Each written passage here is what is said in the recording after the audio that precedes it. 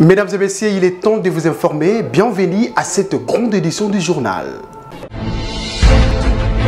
Entamons cette édition par la cérémonie de la soutenance publique de la thèse de doctorat par le chef de travaux André Mouchongo Machara de la faculté des lettres et sciences humaines de l'Université pédagogique nationale. Un travail qui a porté sur la pratique de la corruption dans la presse congolaise et contributions sociologiques à l'éthique et déontologie des journalistes. Éléments proposés par Serge Mbouyi et Georges Ndiloubi. Suivez.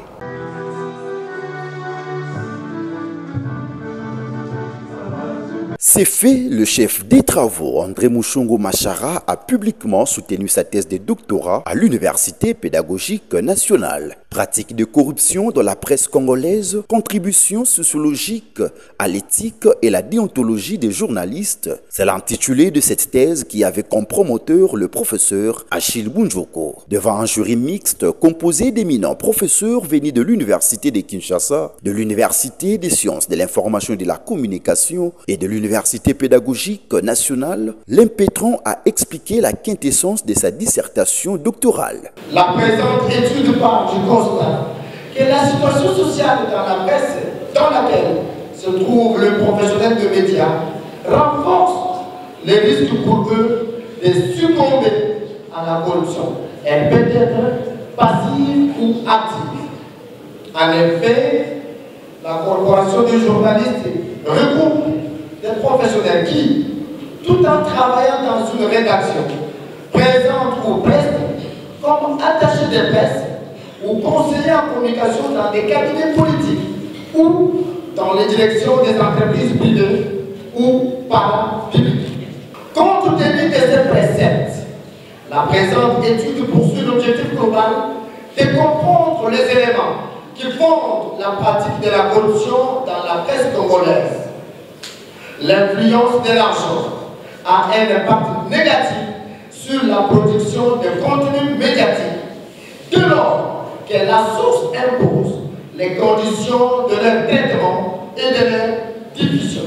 Dans ces échanges houleux, André Mouchongo s'est apaisanti sur les conditions de travail des journalistes qui, dont la plupart n'ont pas un contrat de travail. Il propose aux responsables de médias d'abandonner de fonctionner avec le statut des ASBEL et de devenir des entreprises pour permettre aux journalistes congolais d'avoir les contrats de travail et un salaire décent. Les différents membres du jury ont épuisé leurs questions auxquelles le récipiendaire honorable André Mouchongo a répondu avec détail et précision à la satisfaction du jury. Les moments forts de cette cérémonie académique étaient la délibération à huis clos et la proclamation des résultats par le président du jury, le professeur Émile Bongeli. Monsieur le chef de travaux, Mouchongo Machara André a réussi à l'ensemble de l'épreuve avec la mention grande distinction. Toge, Fano et diplôme de doctorat lui ont été remis par la rectrice de l'UPN, professeur ordinaire Yvonne Bébéké, pour jouir de sa qualité de docteur en sciences de l'information et de la communication sous les applaudissements du public.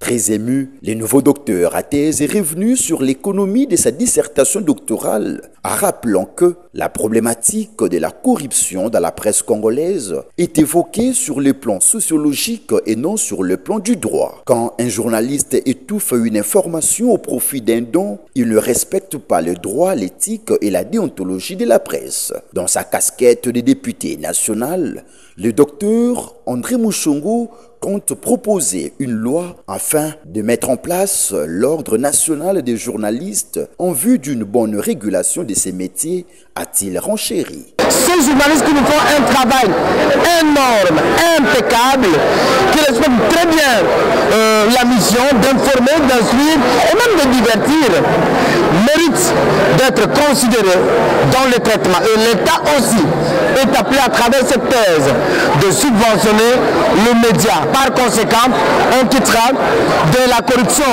dans son sens juridique, on passe à la corruption dans son sens sociologique. Dans ma casquette en tant que député national, nous sommes obligés d'élaborer des lois pour que désormais, pour éviter ce que les journalistes puissent de temps à autre être clochardisés, qui ne respectent pas les notions d'éthique et d'ontologie. Il faut qu'on mette en place un ordre national du journalisme. Plusieurs autorités du monde politique et scientifique ont pris part à cette cérémonie, notamment les députés nationaux et sénateurs, le mandataire public, le recruteur et directeur généraux. C'est dans une ambiance festive que tout a pris fin.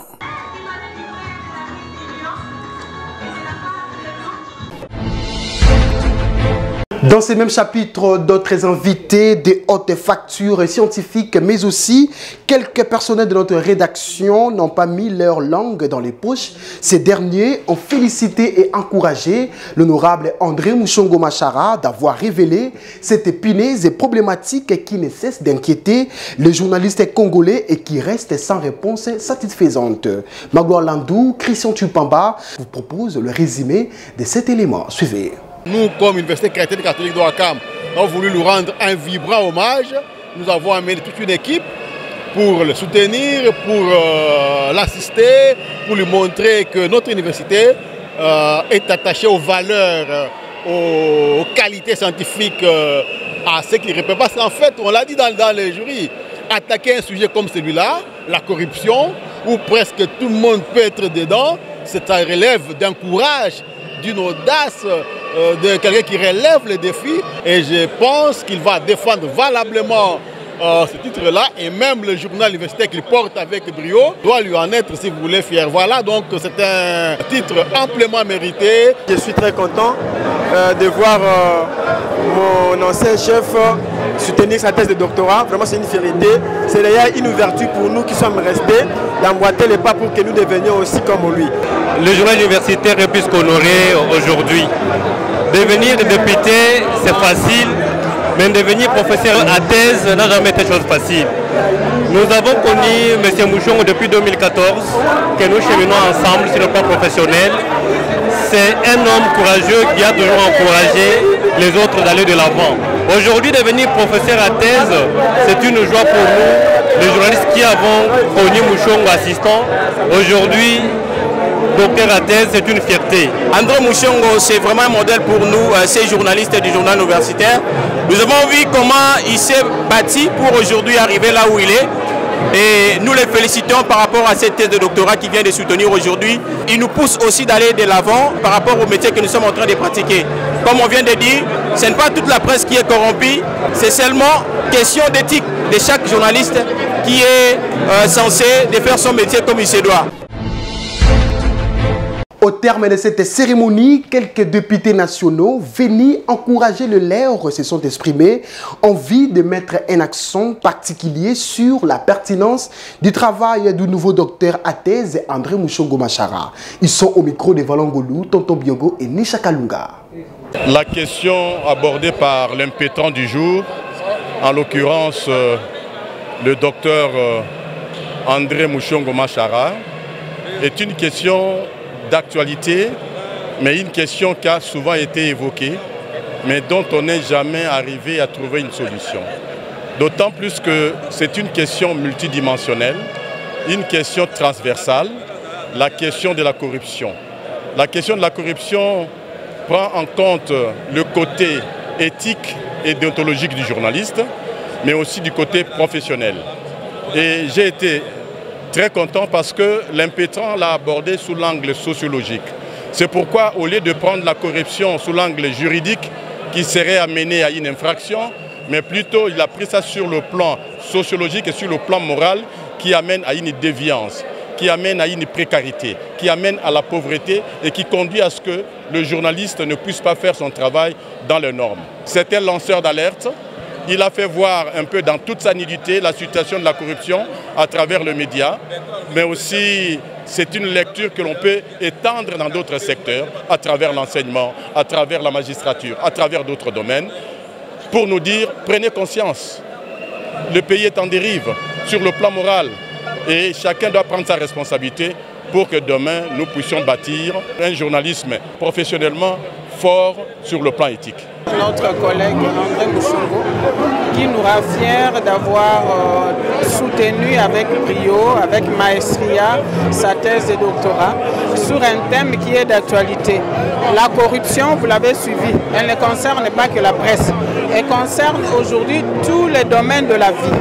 Mais au-delà du corrupteur, il y a le corrompu. Et il y a aussi l'âme. Il appartient à chacun de voir qu'est-ce que son âme le guide. Tout le monde n'est pas corrupteur. Quand on dit que les journalistes sont corrompus, pas tous. Il y a l'exception à toute règle. Donc il faut que chacune d'entre nous se laisse guider par son éthique et par son âme. Une fierté pour nous, nous ces aînés biologiques, nous ces collègues députés nationaux, et donc que de les compter aujourd'hui, faire un pas d'avance sur le monde des scientifiques en République démocratique du Congo. Après 6 jours de travaux internes, la télé nationale autour de l'encadrement doctoral et l'andragogie s'est clôturée le 2 août 2025 à la Haute École des Commerces de Kinshasa, une activité organisée par l'AIF et l'ambassade de France. Cet événement a réuni une trentaine d'experts autour de la réforme de la formation doctorale en RDC dans le but de professionnaliser l'encadrement académique et d'ancrer durablement les systèmes LMD. Georges Dumbi et Magloire Landou.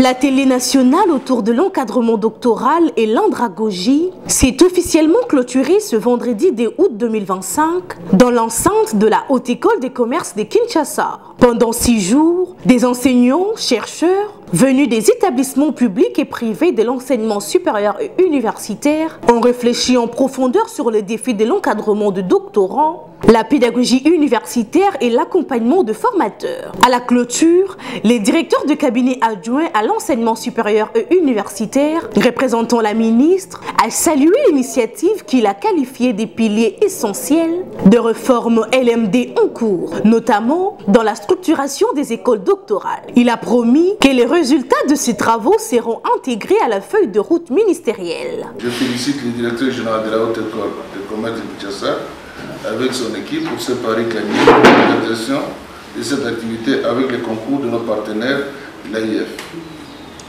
En effet, la réussite de la réforme du système éducatif congolais sous la vision éclairée du président de la République, son Excellence Félix Antoine Tshisekedi Tshilombo, passe inévitablement par l'homme en tant qu'enseignant-chercheur ou enseigné qui est placé au cœur de l'action car il constitue l'élément principal pour atteindre l'objectif poursuivi, à savoir la mise en place d'un système éducatif performant, inclusif et équitable.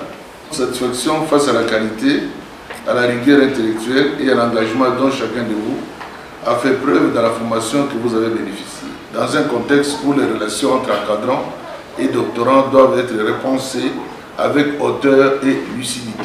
De son côté, le représentant de l'AUF, co-organisateur de l'événement, aux côtés de l'IRD et de l'ambassade de France, a remercié la ministre, le professeur Sombo Safi Ayan, pour son appui constant, ainsi que le directeur général de la Haute École des Commerces de Kinshasa, le professeur Nyonsa Bassé Bigunda Edson, pour son hospitalité et son implication active dans le succès de l'atelier. Je dénote une très bonne satisfaction. Ce travail, nous le faisons en partenariat avec le ministère de l'Enseignement supérieur, avec qui nous travaillons depuis. Et j'ai eu à plusieurs fois à parler de cette formation avec son Excellence, Madame la Ministre. Nous aurions voulu qu'elle soit là, mais compte tenu des événements d'aujourd'hui, elle n'est pas là. Mais nous lui disons merci aussi pour tout le soutien politique qu'elle apporte à l'action de l'AIF. Et ici, et je pense que nous allons continuer sur cette lancée dans tout ce que nous allons faire après. La cérémonie s'est achevée par la remise solennelle de brevets aux participants dans une ambiance empreinte de satisfaction et d'engagement renouvelé pour l'excellence académique. double cérémonie d'écollation des grades et clôture de l'année académique 2024-2025 à l'université Omnia Omnibus. C'est les représentants du cardinal Fridolin Ambongo, grand chancelier de la dite université, qui a déclaré close les activités académiques. L'élément signé par Georges Dilumbi et Christian Tupamba. Ouverte le 14 octobre 2024, l'année académique 2024-2025 vient d'être clôturée avec faste le 31 juillet 2025 à l'université Omnia Omnibus au cours de cette cérémonie. Dans son discours de politique générale de l'établissement, le professeur Abbé Christian Ganzin, recteur de cette institution, a jugé les bilans de son comité très positifs car malgré les petits soucis, les objectifs assignés ont été atteints tout au long de l'année académique qui s'est achevé. Devant Monseigneur Edouard Isango, représentant du cardinal Fridolin Ambongo, grand chancelier de l'université Omnia Omnibus, le recteur de cet établissement catholique a également félicité tous les lauréats pour leur motivation et détermination d'apprendre, tout en leur souhaitant beau vent dans le monde professionnel. S'il faut dire secret, c'est tout simplement la rigueur dans le travail, s'en tenir aux objectifs, au programme tel que tracé et veiller à ce que ça soit appliqué convenablement. Comme nous commençons le deuxième cycle du LMD, donc le master, nous voulons travailler de sorte que les objectifs éducationnels du LMD soient vraiment très bien. Je leur souhaite plein succès pour l'avenir. Nous invitons les parents, nous invitons les finalistes, puisqu'ils ont fini leurs examens d'État aujourd'hui, à venir prendre leur inscription à l'université Omnia Omnibus dans nos facultés qui sont organisées à travers nos 4 campus, campus de Sayo, campus de Rigini, campus d'Engaliema Saint-Jean 23 et campus de Kitambo Saint-André-Kagwa. En présentant les rapports académiques, le professeur Théophile Mbemba, vice-recteur de l'université Omnia Omnibus, a fait savoir que les activités académiques et para-académiques ont été réalisées avec succès et de la plus belle de manière, ce qui démontre le respect strict du calendrier académique au sein de la dite université. Les moments forts et émotionnels de cette cérémonie étaient la proclamation des résultats par les doyens de faculté et la collation des grades de licencié et bachelor par le numéro 1 de cet établissement dans une ambiance électrique. Dans cette logique d'idées, après le mot des lauréats et du coordonnateur des étudiants, Monseigneur Edouard Isango, évêque auxiliaire de l'archidiocèse de Kinshasa, a déclaré close l'année académique 2024-2025 à l'université Omnia Omnibus, le laboratoire du savoir. Au nom de son éminence, Fridolin cardinal Ambongo, archevêque métropolitain de Kinshasa, nous déclarons officiellement close l'année académique 2024-2025 à l'université Omnia Omnibus.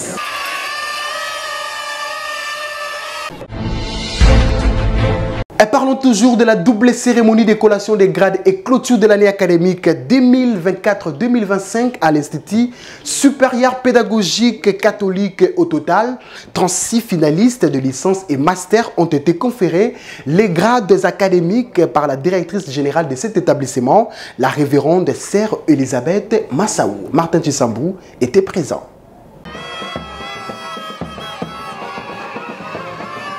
Dans une atmosphère festive et solennelle, l'Institut supérieur pédagogique catholique ISPC a célébré mardi dernier la clôture officielle de l'année académique 2024-2025, couplée à la cérémonie de collation des grades. Des temps forts ont marqué cette journée, une messe eucharistique présidée par le président national de la COSMA, rassemblant enseignants, étudiants et parents autour des valeurs spirituelles partagées, puis la cérémonie académique proprement dite, ouverte par un discours de la révérende sœur Elisabeth Massaou, directrice générale de l'ISPC. Elle a dressé un bilan positif de l'année, soulignant les avancées pédagogiques et institutionnelles réalisées. À vous les lauréats et lauréates du jour, vous avez sûrement expérimenté ce qui est écrit dans le psaume 125, 5, 6, qui sème dans les larmes moissonne dans la joie. Il s'en va en pleurant, il jette la sémence. Il s'en vient dans la joie, il rapporte les gerbes. Merci pour tous les sacrifices consentis et pour la persévérance dans le travail. La vie est ainsi faite. Un adage l'illustre aussi bien. La vie est un combat. Le combat que vous venez de gagner n'est ni le premier ni le dernier de votre vie. Félicitations d'avoir accompli et le projet tutoré et le travail de fin de cycle. L'expérience que vous avez acquise vous aidera sûrement à affronter la vie. Que deviendra l'ISPC après nous? Je n'en sais rien. Tout ce que je sais, c'est que nous avons travaillé contre vents et marées pour qu'il fonctionne jusqu'à ces jours et même après nous. Ce qui deviendra l'ISPC après nous, je le confie entre les mains de notre Dieu. Le professeur Constant Gouiniembo, secrétaire général académique, a présenté un rapport structuré autour des 5 axes: la mise en œuvre rigoureuse du calendrier académique, le respect des programmes, la gestion du personnel enseignant et scientifique, l'évaluation des étudiants et la dynamisation des activités para-académiques. Moment le plus entendu, la proclamation des résultats qui a consacré les efforts des 36 finalistes, dont 31 licenciés et 5 diplômés de master, tous ovationnés après la remise symbolique de leur attestation. La profession de foi des lauréats, plein d'émotions, a marqué leur engagement dans la vie professionnelle avant de laisser place à une allocution du représentant des diplômés suivi des mots de clôture du président national de la COSUMA. La close l'année académique 2024-2025 à l'Institut supérieur pédagogique catholique. Notons que la journée s'est achevée dans une ambiance conviviale et pleine d'optimisme pour l'avenir. Les étudiants de l'Institut national des bâtiments et travaux publics sous la direction de leur directeur général, le professeur Cédric Tchubangou, collaborent avec l'UPN pour construire des auditoires préfabriqués afin de venir en aide aux facultés dont les bâtiments sont encore en chantier. Suivez. Dans les cadres de lier la théorie à la pratique, les étudiants de l'Institut national du bâtiment et des travaux publics ont mis en œuvre leurs compétences académiques en participant à la construction de plusieurs auditoires préfabriqués. Ces infrastructures sont destinées à être utilisées temporairement par les facultés ayant un nombre réduit d'étudiants à l'Université pédagogique nationale en attendant l'achèvement des bâtiments en construction initiés par le président de la République. Face à la persistance du problème d'insuffisance des locaux, les comités de gestion l'IBBK, par l'intermédiaire de son administratrice, la professeure Benita, a sollicité l'expertise de l'INBTP. Le directeur général, le professeur Cédric Tchubangou, accompagné de son équipe compétente, s'est engagé à accompagner les établissements de l'enseignement supérieur et universitaire confrontés à des défis en matière d'infrastructure. Ma présence était venue juste pour venir contrôler ce que mes étudiants ont pu faire ici dans l'encadrement de la jeunesse. Donc on ne pouvait qu'apporter notre contribution sur ce que le comité de gestion de l'UPN est en train de faire. Le comité de gestion a constaté que pendant que les travaux étaient en train de se réaliser de l'autre côté pour doter l'UPN d'un nombre important d'auditoires, il y avait carence et que certains étudiants n'avaient pas où étudier correctement. C'est comme ça que le comité de gestion a décidé de construire des hangars, des auditoires provisoires qui pourraient permettre à ce que les étudiants suivent les cours dans de bonnes conditions.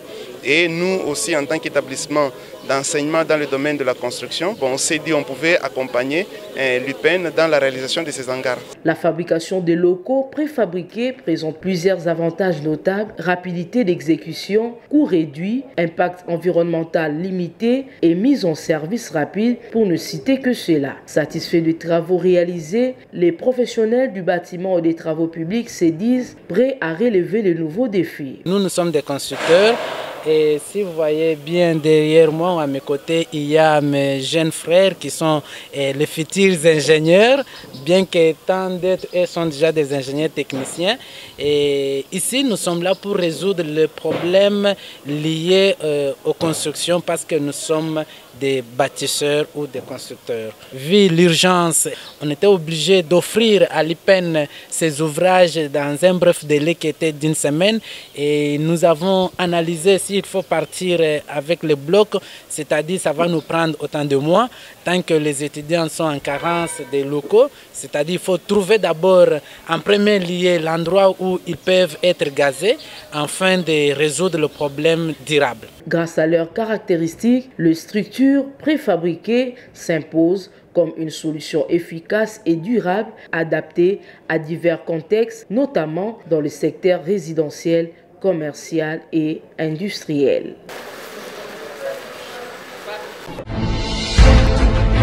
Voilà, avant de boucler cette édition, l'équerre du progrès des nations, la trilogie fonctionnelle, c'est l'intitulé du livre du professeur Ngondandinga qui a fait l'objet de cette conférence et débat organisée par la structure l'économie hétérodoxe de la faculté de l'économie et de gestion de l'IPN. Christian Tupamba était présent. Suivez. C'est par le mot de bienvenue du représentant du doyen de la faculté d'économie et de gestion de l'Université pédagogique nationale que le chef des départements des sciences économiques, le professeur Kadimoueloa, a salué et encouragé l'initiative prise par la structure économiste hétérodoxe, en français facile, le laboratoire d'idées des économistes hétérodoxes dirigé par le chef des travaux, Niafé. Il a également reconnu l'expertise de l'auteur de l'ouvrage à l'honneur au cœur du progrès de nation, la trilogie fonctionnelle du professeur Ngondandinga. Cette conférence a représenté une immense fierté pour les étudiants, porte-parole du laboratoire économiste francophone et anglophone, qui ont eu l'opportunité d'échanger avec le professeur Ngondandinga autour de son ouvrage. Celui-ci s'inscrit dans les paradigmes dominants en sciences économiques et de gestion, l'économie institutionnelle. Lors de son intervention, l'auteur a souligné que, à la lumière de paradigmes théoriques sur la croissance et le développement, les progrès de cadre institutionnel constituent la voie idéale pour permettre aux pays le moins performants de combler leur écart de développement. Toutefois, cela n'est possible qu'à condition que ces cadres soient le fruit d'un leadership de qualité. Sur le plan éducatif, c'est ce qu'il faudrait déjà mettre dans la tête des jeunes qu'ils sont leaders, quels que soient leurs états, quelle que soit malformation ou quoi, ce sont des leaders dans leur domaine. Et un leader a la tâche d'avoir une vision, d'avoir un cadre institutionnel et de prendre des bonnes mesures. Déjà, l'IPEN peut l'avoir. De cadres institutionnels solides consistent en des environnements sociaux, politiques, économiques, juridiques et technologiques plus adaptés, cohérents et incitatifs, créés pour renforcer les institutions nationales. Les doctorants Niafé, initiateur de la structure des économistes hétérodoxes, a souligné l'importance de cette journée.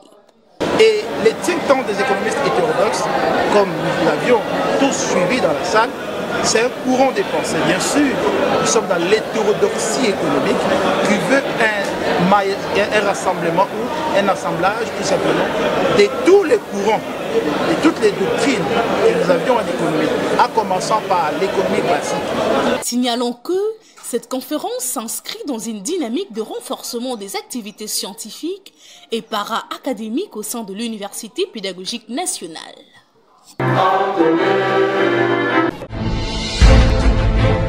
C'est la fin de cette grande édition du journal universitaire derrière la caméra. Blaise Boucha, une réalisation de Dr Lema, toujours sous la coordination de l'honorable coordonnateur André Mouchongo Machara. Mesdames et messieurs, merci parce que vous étiez les nôtres. À la prochaine édition.